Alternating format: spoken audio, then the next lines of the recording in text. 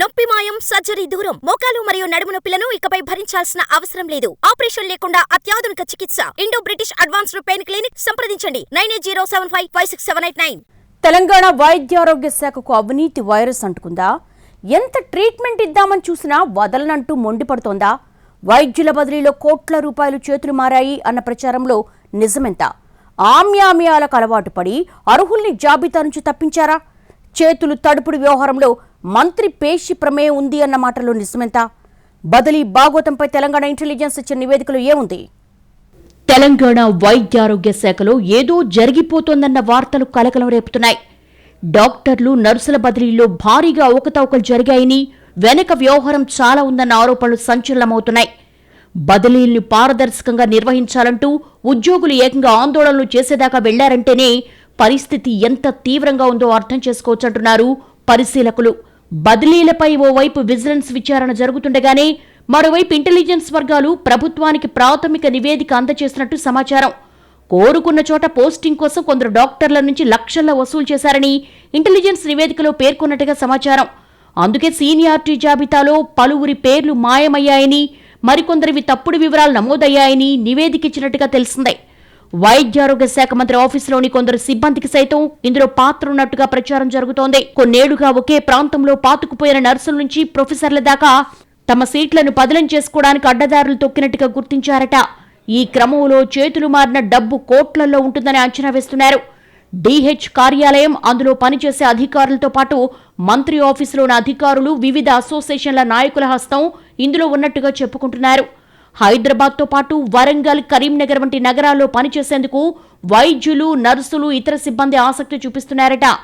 చాలా మంది ప్రభుత్వ దవాఖానాలో పార్ట్ టైం పనిచేస్తూ సొంతంగా ప్రైవేట్ హాస్పిటల్స్, క్లినిక్స్ పెట్టుకోవడం, కార్పొరేట్ ఆసుపత్రుల్లో కన్సల్టేషన్ల ద్వారా అదనపు ఆదాయానికి అలవాటు పడ్డారని, అలాంటి వాళ్లే కావలసిన చోట పోస్టింగ్ కోసం ఎంతైనా ముట్ట చెప్పడానికి సిద్ధమవుతున్నారన్నది డిపార్ట్మెంట్లో ఇంటర్నల్ టాక్.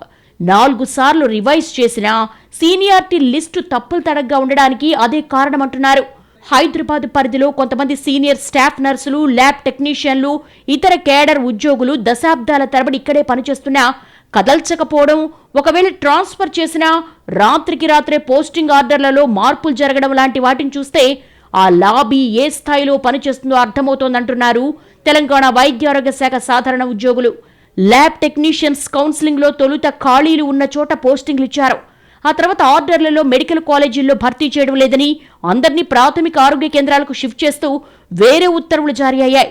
ఇదంతా గవర్నమెంట్ ఆర్డర్ను బ్రేక్ చేయడమేనని ఫిర్యాదు చేసిన ఉన్నతాధికారుల నుంచి స్పందన లేకపోవడంతోనే కోర్టు మెట్లు ఎక్కాల్సి వచ్చిందని అంటున్నారు బాధితులు. అసలు ఇదంతా మంత్రి దృష్టిలో ఉండి జరుగుతోందా, లేక ఆయన పట్టించుకోకుండా ఉన్నతాధికారులే ఆటాడేసుకుంటున్నారా అన్న చర్చ సైతం జరుగుతోందట ఉద్యోగ వర్గాల్లో. ప్రధానంగా పబ్లిక్ హెల్త్ విభాగంలో బదిలీలు గందరగోళంగా మారాయి. డిఎంఈ, టీవీవీపీ తదితర విభాగాల్లోనూ భారీగా డబ్బులు చేతులు మారాయని, పైకి రానీయకుండా లోపల పని కానిచ్చారన్న ఆరోపణలు సైతం వస్తున్నాయి.